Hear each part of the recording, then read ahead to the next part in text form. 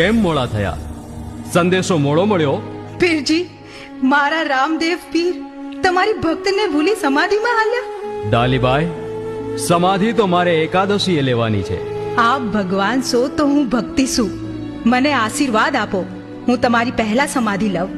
અને પ્રભુ, સમાજની આ જગ્યા પણ મારી છે. ડાલી, દીકરી આ તું હું બોલે છે?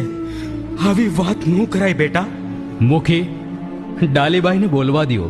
પીરજી, આ જગ્યા મારી છે એનું પ્રત્યક્ષ પ્રમાણ એ છે કે આ જગ્યાથી આંટી, દોરા અને કાંસી નીકળશે. ખોદી જુઓ. જુઓ ભાઈ, આ જગ્યામાં આંટો, દોરો અને કાંસી છે.